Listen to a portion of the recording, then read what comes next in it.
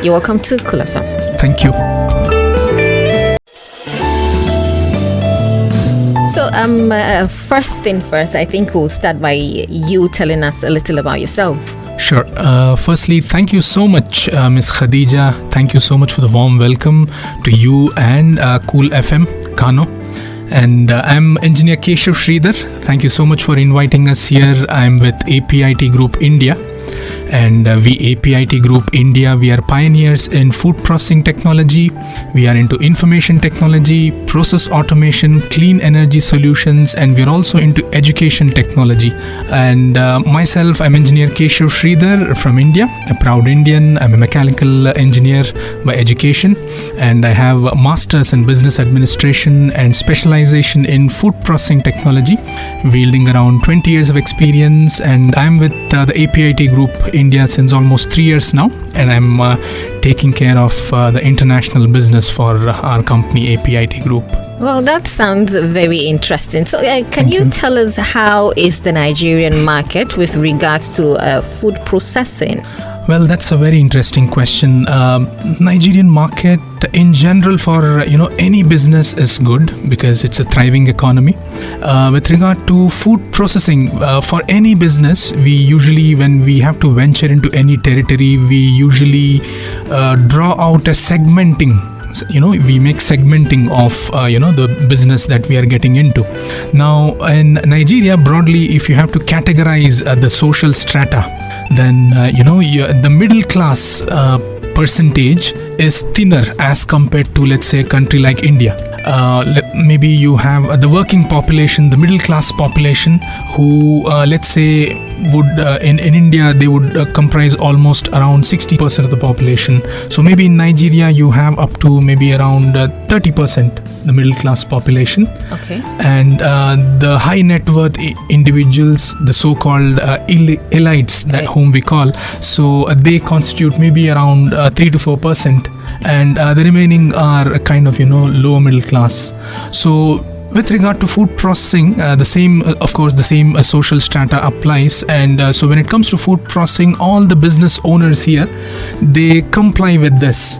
So because you have a smaller middle class population, so which is why the offerings are packaged the same way. So the entire business packaging is done the same way. Now, however, having said that, we APIT Group, we are into food processing technology, and we cater to food processing technology with regard to rice mills, soya oil plants, and dairy plants. Now these are staple food. Right, so irrespective of the social strata, everyone, here in Kano, or for that matter anywhere in Nigeria, you people like your shinkafa. Yes, just like just like we Indians, for us, it's the staple food, and rice is the staple food for almost 60% of the population worldwide. So we are into rice mill technology, and we are into dairy plant technology and soya edible oil plant technology. So which is why food processing technology for us, because we are into staple food, which is why we get that warm welcome across various parts of Nigeria, because we are providing technology which is very, very critical for anyone. Yeah. So with what you've just stated from the initial start, regarding skills development initiatives, how do you please share idea as to how you go about that? Okay, so good question, because we were, myself and Ms. Khadija, we were having some discussion with regard to skill development before the start of this program, and that's how Ms. Khadija has brought this point out. So that's a very good question. Thank you so much for bringing this. So as I told, we are into education technology. You may want to ask this question before skill development. Let's say if you want to ask me this question, why can't Nigeria make these machines themselves? Why do you Nigerians have to get machines, let's say, from a company in India, import them from India or China, right? However, Indian technology is known for the quality. We are the best in with regard to quality and very price friendly. Now, to answer that question, why can't Nigeria indigenously make these machines? For that, you require skilled manpower, number one. right? For you to start a factory, let's say, so that you make machines, let's say with regard to making machines for rice mills. You want to make a factory which can make machines for rice mills, let's say. Then what do you require? Firstly, raw materials to make those machines. Then you require a conducive environment for ease of doing business. You need a proper place, and you need continuous electricity supply. Then very, very critical is skilled manpower, right? All these four, is it feasible to have them in Nigeria? Of course, yes. Gradually you will get there. Now, maybe around 20-30 years back, if Indians were asked the same questions, then maybe Indians wouldn't have said that very confidently. Now, things have changed, especially the last 1-2 decades. We have seen phenomenal growth, right? So, which is why you will get there. So, in the evolution, every country, every community goes through an evolution. So it is a process of evolution that every country goes through, and I'm sure with time Nigeria will get there. However, having said that, these things are very critical, right? Whatever we just talked about for ensuring that Nigeria is able to indigenously make those machines. Now, when it comes to skilled manpower, you'll be happy to know that we APIT Group are partnering with many universities across Nigeria to set up skill development centers. Really? Yeah. So that university students and also a few other educational institutes, they are able to hone the skills of their students, so that these students are industry ready. Now our thought process is something like this, that when Nigerian students can go abroad for education, why shouldn't they aspire for international careers? Right, they can definitely do that. Is it something not possible? Is it possible? Of course. It may not be possible in a day. It may not be possible in few months, but definitely with time, it is possible. It's something that can be envisioned. Absolutely. And you have to, first everything starts with a vision, and then once you have a concrete mission to achieve that vision, you will definitely achieve it. Goals and targets. Absolutely. So let's leave engineering a bit, and then tell us a bit about your experience in Nigeria. Experience in Nigeria has been very good for me. I've been here for a year almost now, and we are based out of Kano, and I'm put up in Kano, and I love Kano. You love Kano? Absolutely. The weather? Yes. The people? The weather. Everything about Kano. I've been to almost all parts of Nigeria. Lagos, Abuja are also good, but Kano, this is where we are getting lots of business, and because we say it's our karma bhumi, that is some place where you work, and we are very, very grateful to the people of Nigeria and Kano. Very, very vibrant people in Nigerians, very vibrant and welcoming. Should we say you've learned the culture, the way of life of people in Nigeria, especially Kano? Yes. Do you have any dream you foresee for Nigeria?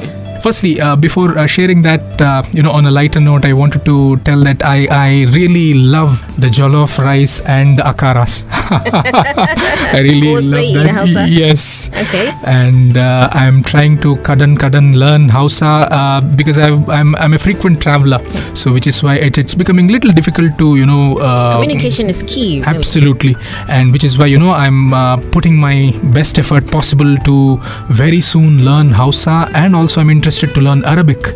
So maybe in the next few months I'll be definitely maybe doing a program. We'll be doing this talk show in Hausa language. Hausa language. Absolutely. Right.